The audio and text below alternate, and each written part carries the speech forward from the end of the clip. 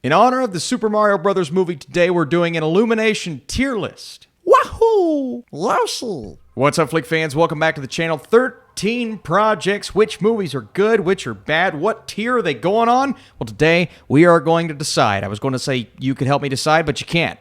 But you can comment. It's my tier list, as always. Everyone's going to have a different opinion. Let's take a look at the tiers. If you're an awesome movie, you're going on the awesome tier. Very easy. Then we have great, followed by a movie that I would consider good. If we're getting to that pretty good level, then we're going to get closer to okay. If you're on the meh tier, I don't look at you in a positive light. Bad is obvious. Awful is awful. Why did I have to go through those? You passed your first quiz. I appreciate some of the work from Illumination, but I've always looked at it as one of the lesser animated studios. Today we're going to take a better look at it. And of course, if you're here and you want to drop a like, that would be awesome. You could do that. You should do that. This is my Illumination movie tier list. Let's do it. Look at it! The first movie we are covering is Illumination's second film, all the way back in 2011. They tried to do the CGI and live-action mixture, and anytime a movie tries to do that, especially in the later 2000s, early 2010s, it doesn't often work. The Easter Bunny, played by Russell Brand. James Marsden is the name of note in the live-action world, but E.B., he wants to become a drummer in a rock and roll band, so he travels to L.A. You also have Hank Azaria, Gary Cole, and Hugh Laurie in this movie. It's the most random cast I've ever seen. And this is one of those movies that I don't look back fondly on. It was a missed opportunity all the way around. Thankfully, James Marsden, he got redeemed with Sonic. That was his redemption, right? That's a nice CGI live-action hybrid. Not the best, but it's still solid. Hop is how you don't do it. Hop, maybe Yogi Bear, and maybe the Chipmunk sequels, but that's the ultimate example of what not to do. A lazy script, a lazy story. It doesn't even work for kids. This is one of those movies that adults, they're going to be groaning, moaning, and that sounded weird. It's kind of like, yeah, why did I bring my kid? Then the kid's going to be going, Dad, why did you bring me? And everyone's going to be confused and angry. I'm putting Hop on the awful tier. I don't have fond memories from this, but I'm not the target audience. The Lorax. I speak for the trees. Is that what he sounds like? I like Danny DeVito. He's pretty cool. He voices the Lorax. You have some pretty big stars here. Zac Efron, Taylor Swift, Ed Helms, Rob Riggle, Jenny Slate, Betty White.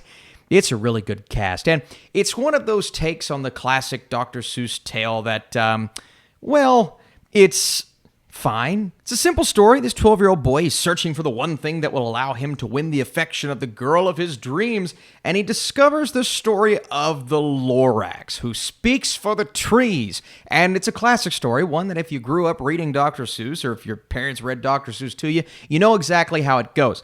I just felt as if this was yet another missed opportunity from Illumination to do something different. It's not that it had to put a huge spin on the Lorax, but it told this story, but it once again tried to modernize it. That's a theme you're going to be seeing with Illumination. And not even thematically. I'm talking about the music. I'm talking about the jokes, the sense of humor.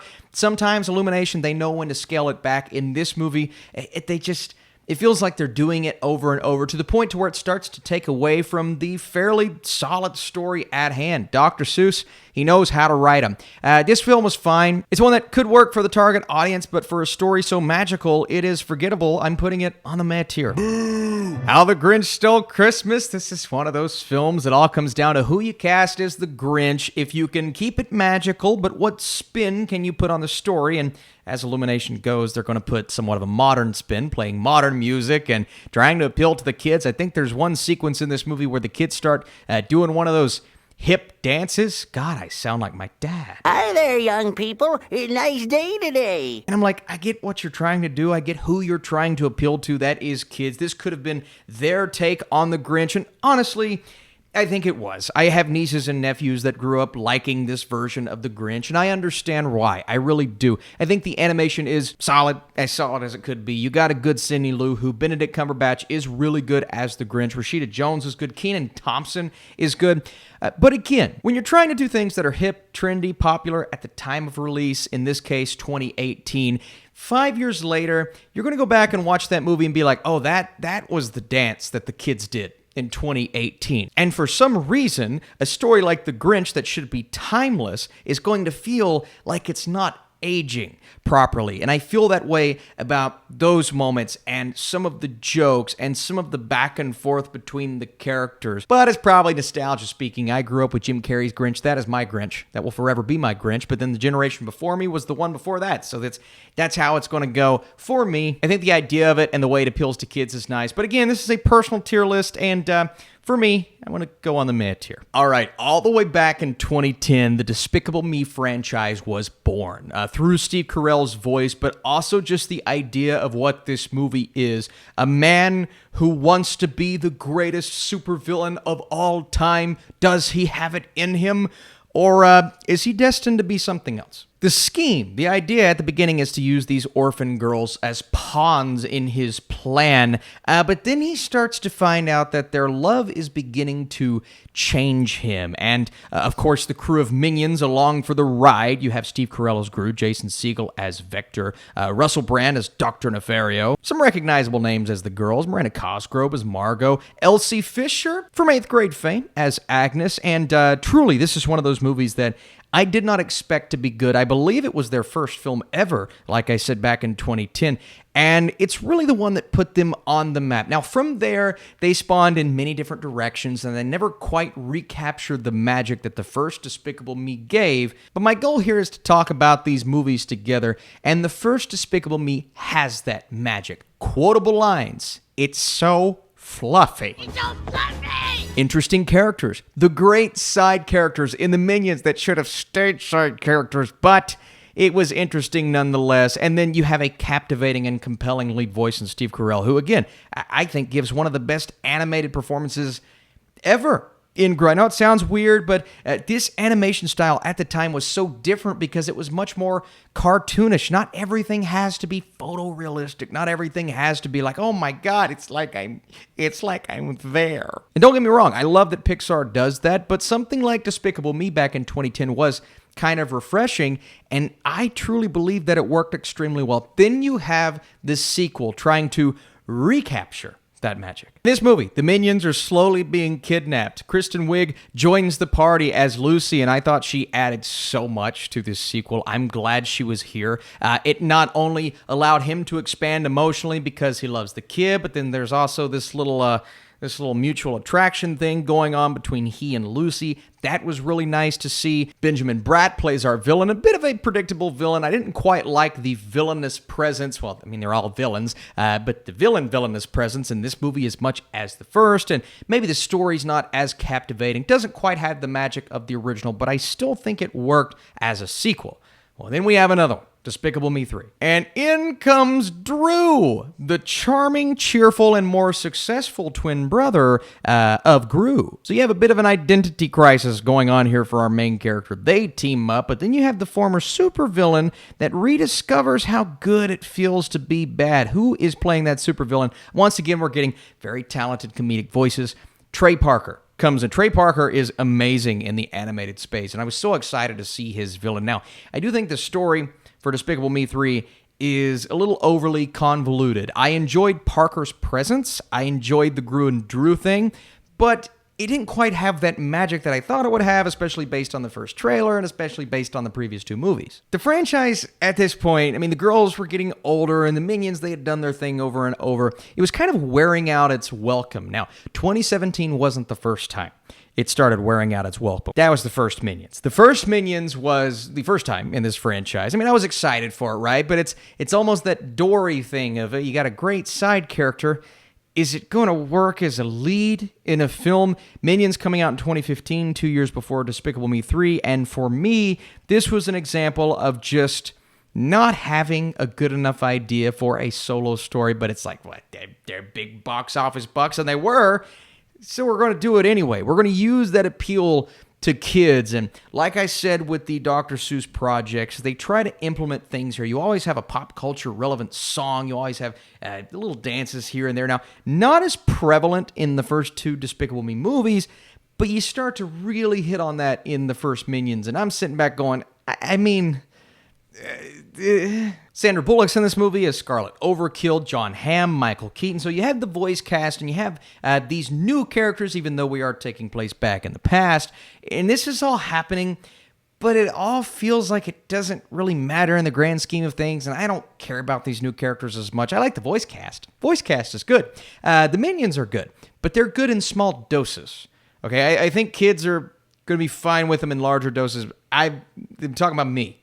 They're good in small doses. And the magic of the slapstick started to wear me down after a while, to where I wasn't really as concerned with the plot in this movie. I didn't really care as much about the characters. I was missing Steve Carell's voice, and the minions, I mean, you know. Boo! And let's end it off with the newest Minions, The Rise of Gru. A genuine heartfelt story, one that kind of got me emotionally, not because of the Minions, but because of the origin story of Gru and that relationship, that mentorship that he had. You see kind of how his mentality turned into wanting to be the biggest and baddest supervillain around. But then you have all of the madness going on in the Minions, and maybe not the smallest doses ever in Rise of Gru, but smaller doses than the first. So I found myself caring about this sequel way more than the first Minions, because you get Gru in there, you have a story that will resonate just a bit more on his end, but you can do all of the crazy things with the Minions over here, and every now and then you'll get a nice moment with them. I think Kevin Stewart and Bob could be compelling characters, maybe more in short story form, but all in all, I did find this to be an upgrade over the first. But again, none of these sequels, other than just one, hit that greatness of the first. And I say that kind of transitioning into placing these movies on tiers, and I'm going to go Despicable Me on the great tier, Despicable Me 2 on the good tier, Despicable Me 3 for me was a little too jumbled, a step down from the second one. So I'm going to go meh for that. Yeah, that first Minions, it was too much for me. It just did not quite work. So bad tier for the first Minions. But again, a step up in the right direction for Rise of Gru. We're going to go okay tier for that. And we move on to the next franchise. 5 minutes later. How about The Secret Life of Pets? You got Louis C.K., Kevin Hart, Jenny Slate, Ellie Kemper, Albert Brooks. I love the crew. And I love the idea, that very first trailer for The Secret Life of Pets. I saw it, and the idea of what do pets do when their caretakers aren't there? What's going on in the background behind the scenes? It's almost that Toy Story flavor of the toys come to life, and they just... well, they go crazy. That's a great idea. And in this first movie, Duke comes in, they immediately butt heads our main two characters, and we're off on this adventure, an adventure that frankly was so forgettable. And once the magic wears off of the idea, it's almost you put it in short story form, maybe this would have worked 10 times better, but when you lengthen it for a movie, and you don't have enough content to make a movie, well, then it just becomes repetitive, kid-centric ideas and the best kids movies, but they also work for adults. I just don't think this is one of those. Again, it's one of those films that are sweet, but both of these films in this specific franchise, they lean, I think, way too far into dances, pop songs, stray away from whatever original music that they had, and they just try to appeal to kids and things that are happening that, again, are so specific to that year. Pop culture, meme-relevant things that Illumination continues to do in all their movies. And Secret Life of Pets, I think they lean more into it than any of them. Then you have Secret Life of Pets 2, where Max's owner gets married. The family takes a trip to the countryside, and Max runs in with these canine-intolerant cows, hostile foxes, and scary turkey. This time Max is played by Patton Oswalt, and he had the inclusion of Harrison Ford as Rooster, the grizzled old tough dog. You have a different setting, different location. Once again, it allows for that magic from the first, but this is, man. I just struggle so much with this franchise because it's such a great idea. And again, this sequel, it got off to a nice start. We're back in this world. We're back with these animals, but it's something about the way these stories are structured. They just don't really appeal to me. Now, back in 2019, my wife and I, we took a trip to the animal shelter and we got our dog Buddy. So as much as I don't necessarily care about The Secret Life of Pets 2, it is one of the most influential movies genuinely I've ever watched. So what a weird relationship. Seriously, we watched this and we immediately... So, did I secretly love it? I don't think so. I'm not going to put it on a good tier. I'm going to put them both on the meh tier, to be honest with you. Let's go ahead and do that. But, yeah, it means a lot to me. So, what a weird video this is. And then you have maybe the biggest franchise of all of them. And I don't mean most impactful from Illumination standards. I just mean biggest. Like, Sing is big. It's a huge singing competition. It has, I would say, the biggest names in terms of the cast: Scarlett Johansson, John C. Reilly, Taron Egerton, Seth MacFarlane, Reese Witherspoon, Matthew McConaughey. Buster, played by McConaughey, who is indeed a really solid character. He recruits all of his friends for the singing competition, and thus we have our first movie, which doesn't get as big as the second movie, but it is emotional enough. And you're still going to get those things that are trying to be relevant, the songs, but this actually is built and made to include those songs, and you get to hear our actors sing. You get to hear Taron Egerton be Elton John before he was Elton John. So that was pretty cool.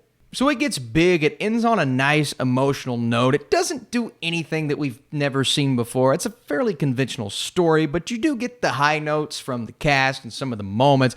But in the second movie, they take their act to somewhere a bit bigger, the glamorous Crystal Tower Theater in Red Shore City. Of course, it's not going to be as easy as they think it's going to be. They have to sneak into this premises run by this ruthless wolf. Bobby Cannavale does a nice job with the voice here. You also have Bono in this movie. Part of the goal, I mean, what the pitch is in the beginning with McConaughey's character, he's like, we're going to get this mega star, Clay Calloway, to come back and put on one final performance. And he embarks on this quest to find this isolated singer, persuading him to return. In the meantime, you have all of these other performers learning these songs and these moves, and you get the process. And it's the idea of, well, you got to believe in yourself. If you don't believe in yourself, this isn't going to happen. And that's actually a really nice message. And this is one of the only Illumination movies where I genuinely believe the message is great all the way throughout the film. You could apply that to the first film, but it takes those stakes, it raises them, and I thought we got some nice emotional moments between characters. Again, you're going to get those cliches and the silly bits of humor, but all in all, I think Sing 2 is a step up and improvement over the first, but I don't hate either movie in this franchise. So I'm going Sing on the okay tier, Sing 2 on the good tier, and now, woohoo! I just like doing Yoshi. Yoshi! So here's what I'll say about the Super Mario Brothers movie. You've heard my complaints, my goods, my bads, positives and negatives, goods and bads. That doesn't sound right. Those aren't words. I still think this is one of those movies that was just hitting cues and notes as it was going and wasn't truly focused on the overall story. I felt like we skipped a lot to learn about these characters. I mean, look, 90 minutes, that's great. But like when we highlighted through Mario and Peach's and Toad's adventure to get to Donkey Kong, and we're just kind of showing them in these different locations, beautiful landscapes, and getting to see all these things is great. But we could have learned way more about Mario and Peach in that moment. And I think that way about numerous aspects of this story. I like that we spent some time with Donkey Kong and that build up, but even then, this movie is all about just getting to the next thing and getting to the next big moment. And that was my biggest issue with the Super Mario Brothers movie. Now, do I have faith that this could spawn into a great franchise with some great films? Absolutely. I loved the sound effects. I loved the score. And I think those are the things that may keep me coming back. Look, this is one of the only Illumination movies that I would go back and willingly rewatch. And maybe rewatch puts different things into perspective. And I also appreciate how this is going to work so well for kids, right? It's nostalgic for us that grew up with Mario and loved Mario. And then you're going to have young kids who have seen Mario and played a little bit. But this is how you're exposed to Mario. And like I said, if I was a 10-year-old watching this movie for the first time, it would be the best thing I've ever seen. I'm not kidding. So here's what I want. I want a Super Smash Bros. Movie. Bring in freaking Link and Metroid Prime. Bring in all of those things. Fox. Oh my God. And I think it's that idea, the attention to detail, the nostalgic bits. A lot of that worked extremely well for me. So after one watch, as of now, I am going to go okay tier, but again, this is one that I do expect to revisit. It could go higher in the future, but that's not the final placement. None of these movies are in their final spots. We have to rank them now that we've put them on tiers. Before we do that, if you want to drop a like just for my Yoshi impression, that would be great. Yoshi! Obviously at the bottom, you have Hop, which is awful. Minions is bad. On the meh tier, this is where it becomes interesting. Funny enough, that's that's the order that I have. Secret Life of Pets 2, Secret Life of Pets 1, but then I do have The Lorax Speaks for the Trees, followed by Despicable Me 3, and at the top of the mad tier, The Grinch. Congratulations. On the OK tier, I'm going to go Sing at the bottom, Rise of Gru, followed by the Super Mario Brothers movie. Again, I'm teetering between OK and good for that one, but then we have the good tier. And on that good tier, I'm actually, I think I'm going to switch where I was headed. I think I'm going to go Sing 2 above Despicable Me 2. Again, Sing 2, I mean, it's got a great message. It was really fun, great cast, but nothing approaches the level of Despicable Me. If I do inevitably push Super Mario Brothers to a tier higher, it's going to be hard for anything to capture what the first Despicable Me did. But I have faith that the Mario universe that they have set up will be something cool in the future. I think they have something good going with Chris Pratt. Never thought I would say that after the first time we heard his voice, but he was good as the character. I need to know your tier list down below. What order would you put these movies in? Is Hop as bad as I said it was? Of course it is. But is Despicable Me the OG? That rhymed. That was cool. That worked out well. Thanks for watching. I'll see you soon.